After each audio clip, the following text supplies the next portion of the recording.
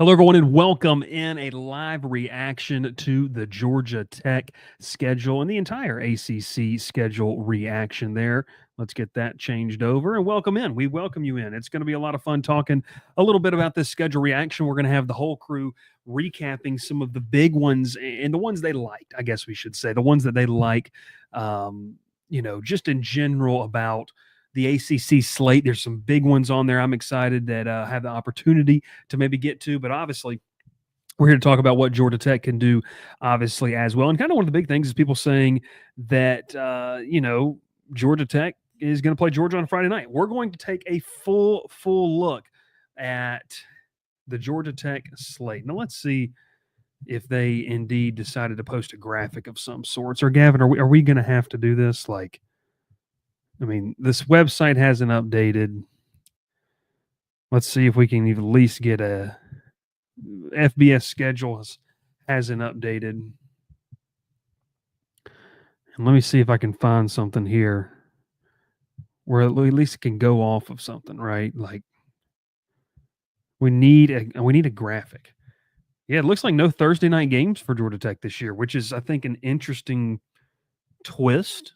Could that change? I don't know. It might could. The full 2025 schedule is here, so that's going to be something that we need to kind of just keep an eye on. And obviously, we'll talk about more about that tomorrow. But let's see. Did the Georgia Tech Twitter account post something? Or no, did they just post every single individual one? They didn't, which means we're going to have to show our little thing up there. So again, this is where you got to be making those graphics for us. Okay, so let's pull this over here and let's kind of walk through the.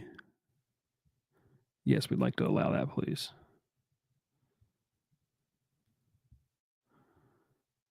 All right. So, as you can see here, we have Georgia Tech's 2025 slate. And look, at first glance, this is in my viewpoint of this, the first glance at this, what is it telling me? Well, it's telling me that you've got a manageable schedule without really knowing the full players and the scope of who's going to be on the roster. You have a manageable schedule. You don't have a stretch on this schedule. And I'll say this, like, you don't have a stretch where you're just like, oh my gosh, we have a gauntlet. And I think that's just a welcome thing for Georgia Tech fans to kind of look at this. It's a welcome thing for Jacket fans to say, okay, my gosh, we don't have a 3-week stretch where we're just going to get, we're crazy. What I will say is the defining stretch of this season is definitely going to be, for me, October 12th to November 1st. Those 4 games. Because one, that's going to really, in my opinion, it's going to determine if you're challenging to go to Charlotte or not for the ACC title. And it also determines something for me. Are you distancing yourself from the middle of the ACC? Because that's a big goal here in 2025 for Georgia Tech. You've left the cellar, but now you've got to make it a point to where you can in turn say we're out of the cellar, but now we've got to go and we've got to be a part of, that top 4 or 5. What can we jump into that mix? And look, you work yourself through the first 4, like the first 2 conference games against Clemson. I'm going to be real with you. You can lose that game and still get to Charlotte. I don't think that your season's over on September 13th if you lose it. September 27th at Wake Forest, you can't lose that game. It's a brand new head coach for Wake Forest this season. You should win this game. You got a bye week the next week. But that October 12th to November 1st slate, okay, now hear me out, that determines your season because you're hosting Virginia Tech, which, they said it on the ACC Network show here just, a couple seconds ago. That is going to tell you that's going to be a physical football game. Regardless if you think Georgia Tech's way miles ahead better than Virginia Tech, whatever you want to think, it's going to be a physical football game. 2 teams that want to punish you. They want to play defense. They want to run the football. You go to Duke on October 19th. And we talked about this kind of off air. I think Will and I did. And we'll talk more about this tomorrow night. If you're going to Duke, like, this is the thing I think you have to expect out of a Manny Diaz coach team. You're going to have a really good idea of what Darian Menza is for Duke. Like, by October 19th, he's either going to be really living up, if he can, if it's possible to live up to that NIL deal, or in turn, what's going to be happening is he is going to be a guy that, um, is serviceable or it's in over his head. You're going to have an idea and some type of gauging of what you're going to be able to do there. So that's where I sit with that game. And then I know, people talk about the Fran Brown hate week. You've got October 25th against Syracuse. That to me is going to be another marquee game because, nationally it might not get the recognition, but everyone, all the Georgia Tech fans and all Syracuse, a Syracuse game, exactly what you need. Like, exactly what you have. So October 25th against Syracuse, going to be a real fun one. Obviously, you want to avenge that loss last year. And then November 1st, you head up to Raleigh, North Carolina, which I'm going to be honest with you, I can't tell you what North Carolina State's going to be. I can tell you they came into your building and they challenged you. Yes, you had an injury to your quarterback. You had to play a true freshman in this, once again there in Aaron Philo. I still think that could be an interesting game, an interesting football game. But by November 1st, we talked about this. The goal is to separate yourself from the middle of the pack in the ACC in 2025. That's the biggest goal. Like, you can talk about, we want to do this one. This.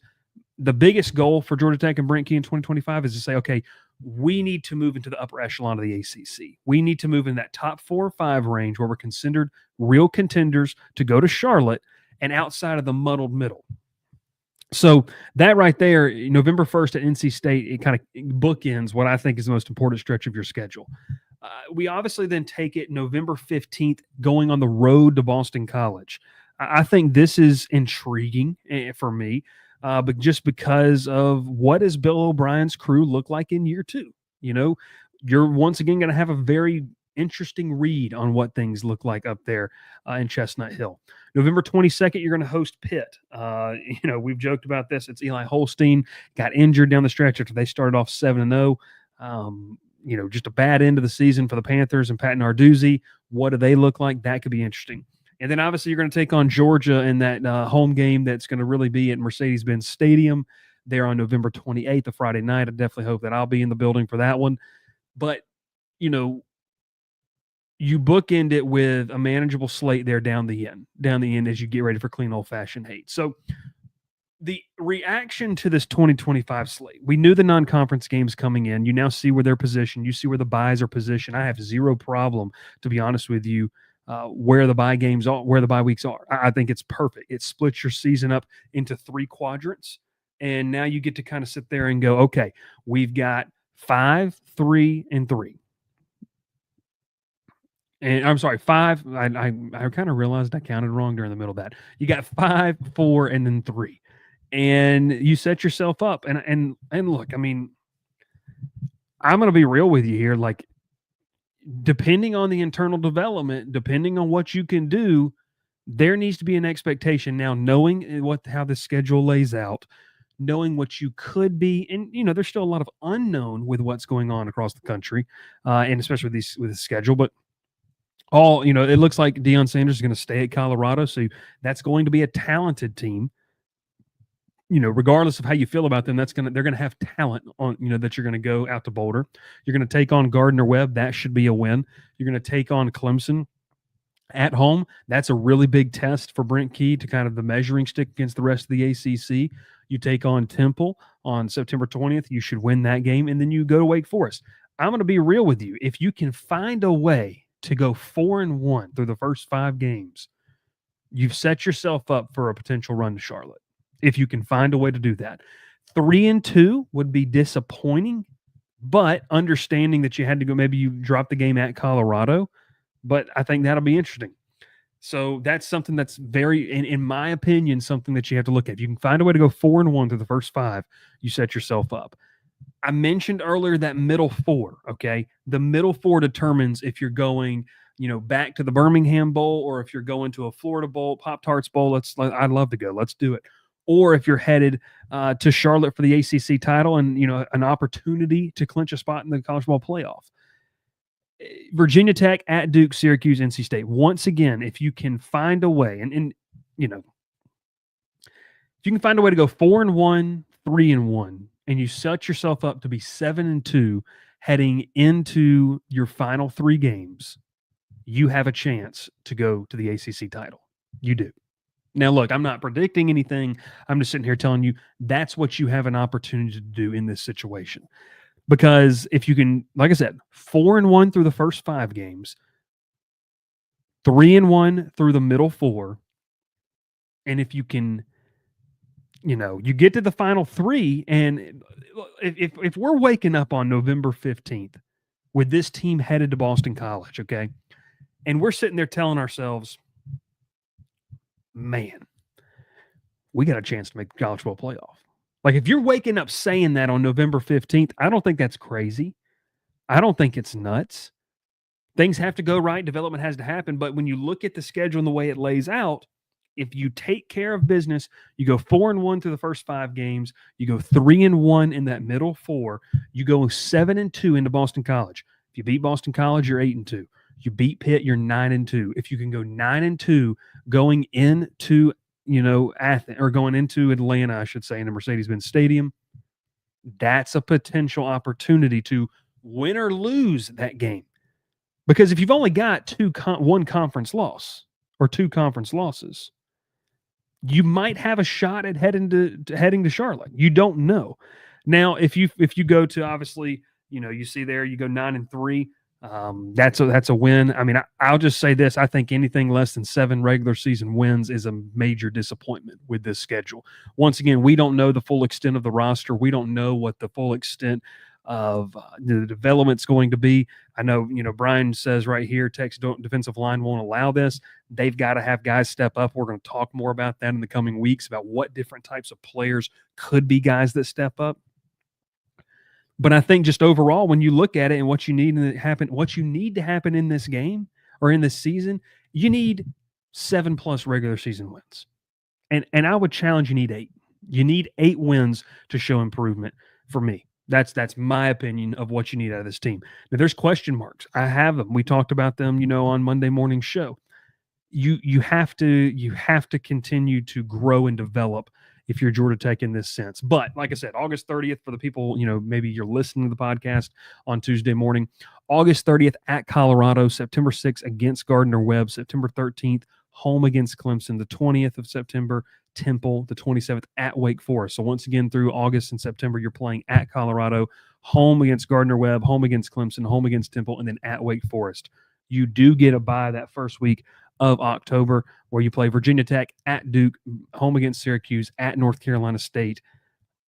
I think it's pivotal. I think it's absolutely pivotal to find a way to go 3-1 during that middle stretch.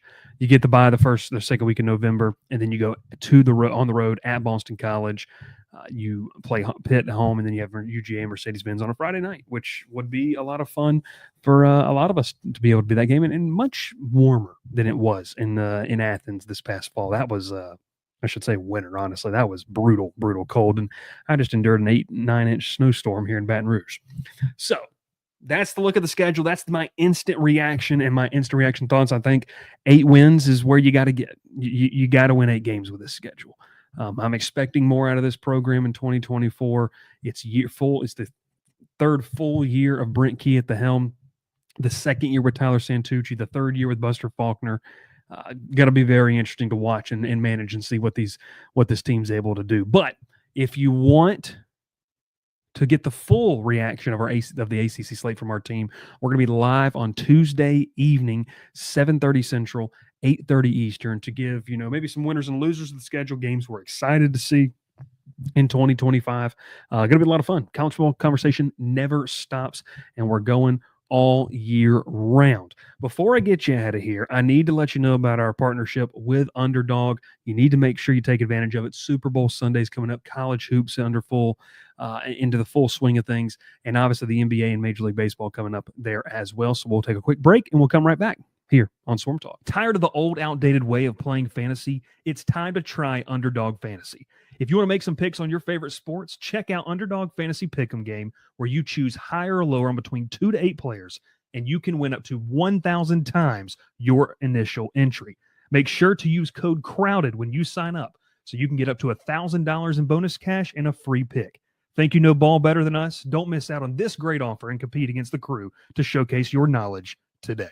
Tired of the old, outdated way of playing fantasy? It's time You don't want to miss out on our friends from Underdog. They do a fantastic job. And obviously, our presenting sponsor here of the Georgia Tech Talk Show, we have on the Crowded Booth Podcast Media Network, whatever you want to call it, Section 103. They do a fantastic job as well. Cannot shout them out enough. They've got these sick new hats, but all the T-shirts, hoodies. It's still hoodie season in and around the Atlanta area. So you want to make sure you take advantage of the offers they have. You can use code Crowded Booth for 10% off your first order today. Shout out to that team over there for being once again the presenting sponsor for the third straight year of the Swarm Talk Georgia Tech podcast. Take one more look at that schedule, and I mentioned it earlier. It's one that I like. It's one that I think's manageable. I said it. 8 wins is where you got to get. Colorado, that's going to be an intriguing game. Just because it looks like Deion Sanders is going to stay with Brian Schottenheimer being hired as the Dallas Cowboys head coach. All the NFL vacancies are filled except for New Orleans. LOL. But, you look at it. You get 5, you get 4, you get 3. Bye weeks are pretty evenly spaced out. I think this is a manageable schedule, and it's an opportunity for Georgia Tech to really, really move forward as a program. Like I said, once again, the theme of 2025, and we'll talk more and go in depth about this, has to be and needs to be separate from the pack. That needs to be the motto. Dr. Bob says getting Clemson at home early is helpful. I do agree with that. And Maxwell says, give me 9 wins or give me death. I wouldn't go that far, Maxwell, but I do understand the logic of what you're saying as well. Thanks so much for tuning in to that live reaction show. Once again, we're going to be tomorrow with a full hour talking about the ACC slate, things we like, things we're excited to see. I'll talk a little bit about the Jackets. Will and Ralph, I'm sure, will have some comments as well. So make sure you subscribe to the YouTube channel. If you're following us or you're watching over on both of those X platforms, head over to thecrowdedbooth.com or YouTube /thecrowdedbooth. Do that. It's going to be great.